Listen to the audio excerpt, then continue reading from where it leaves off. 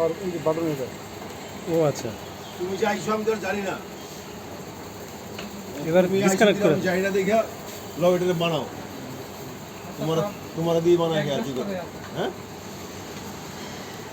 এটা কি এটা দিয়ে হইব? বানাও। এরকম লেক্সিনের এই ডিভাইসটা আসছে আজকে আমার কাছে রিপেয়ার করার জন্য। মাইনাস বাটন প্রেস করলে ব্লু লাইট জ্বলে মানে পো আওয়াজ করে ডিভাইসটা বন্ধ হয়ে যায়, শাটডাউন হয়ে যায় আর কি। তো আমি এটা সাকসেসফুলি ঠিক করতে পেরেছি। ডিভাইসটার দাম প্রায় 17,000 টাকা।